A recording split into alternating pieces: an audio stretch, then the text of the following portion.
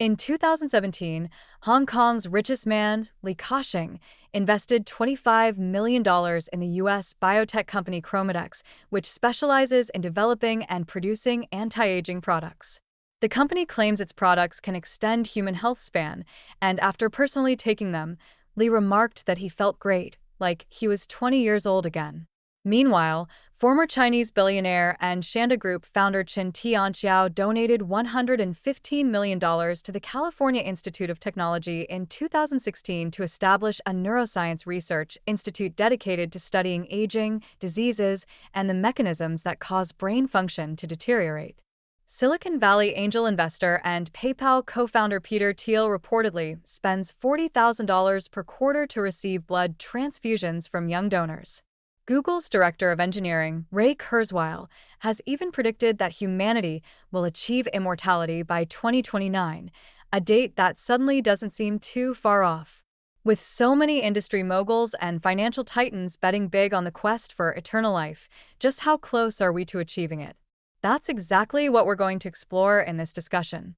When it comes to the quest for eternal youth and longevity, history is filled with bizarre and extreme methods. In ancient Europe, people attempted to achieve immortality through rituals, blood drinking, and other esoteric practices. But how do these compare to Peter Thiel's approach? While both involve young blood, Thiel's method is quite different. Rather than consuming it directly, he undergoes regular blood transfusions, replacing portions of his blood in hopes of rejuvenating his body. And he's not alone. The American company Ambrosia, which offers the service, claims to have hundreds of regular clients. But does this method have any scientific basis? Interestingly, past experiments have shown some promising results in mice. Blood exchange experiments have demonstrated significant rejuvenation effects, and in 2019, the prestigious journal Cell published a study showing that both humans and mice produce an enzyme called nicotinamide phosphorybosyltransferase, NEMPT, which plays a role in delaying aging. In one experiment, when blood was exchanged between two mice, one old and one young, the older mouse showed remarkable signs of rejuvenation. Despite these intriguing findings, all of these studies were conducted on mice, with no clinical trials proving similar effects in humans. Moreover, the scientific community remains divided on the validity of these results. Beyond the lack of solid evidence, the risks of blood transfusions from strangers, including infections, allergic reactions, and cardiovascular complications, are significant. Without clinical proof that young blood transfusions can slow aging, this practice remains speculative at best. Still, the desire for youth and longevity continues to drive a market for such treatments in the U.S. If blood transfusions sound too risky, is there a safer, more effective way to slow aging? Perhaps something as simple as taking a pill? Surprisingly, there just might be. Meet David Sinclair, a leading figure in the field of anti-aging research. At 51 years old, he still looks like he's in his 30s, and as a professor of genetics at Harvard Medical School, his work has led to groundbreaking discoveries in longevity science.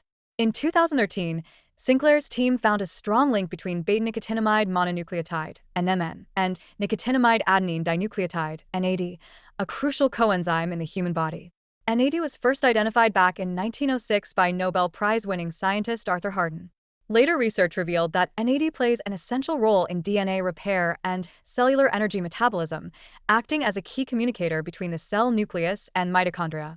However, NAD levels naturally decline with age, especially after 40, due to accumulated DNA damage. This decline weakens the body's ability to repair DNA, leading to a vicious cycle of aging. Sinclair's research suggests that maintaining adequate NAD levels is key to slowing the aging process, as it helps preserve the body's ability to repair DNA damage. One of his team's most significant findings was that oral NMN supplementation could boost NAD levels, potentially extending lifespan and improving overall health. This discovery led to the rise of NMN-based products, which claim to replenish NAD levels and slow aging. However, NMN still faces major scientific and regulatory hurdles. The biggest question remains: can NMN actually be absorbed by the human body and effectively converted into NAD?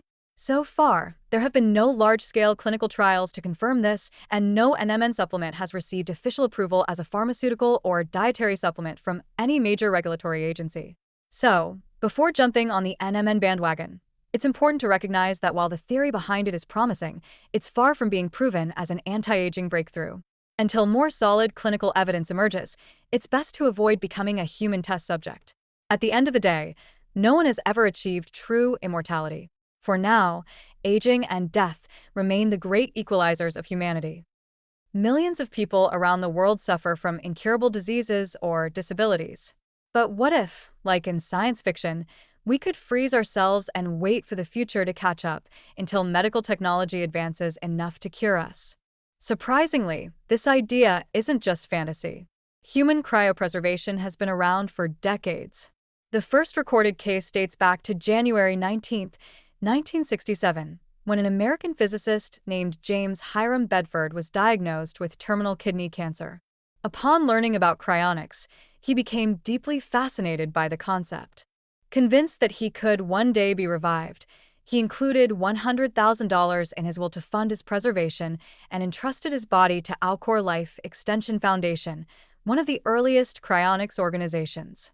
More than 50 years have passed, and Bedford's body remains in a frozen state. However, he is yet to be revived, simply because modern medicine still cannot cure cancer and, more importantly, we lack the technology to safely reawaken a cryopreserved human. To preserve a body, it must be stored at -196 degrees Celsius, -320.8 degrees Fahrenheit, the temperature at which all biological activity effectively stops. While some progress has been made in freezing and reviving individual organs, reviving an entire human being without damaging cells is an immense challenge. Despite these hurdles, interest in cryonics hasn't waned. Today, over 500 people worldwide are preserved in cryogenic tanks, most of them in the United States.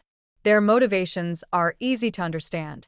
The desire for longevity and eternal youth has driven human ambition for millennia, from ancient alchemy, blood rituals, and sacrifices to modern-day blood transfusions, supplements, and cryonics.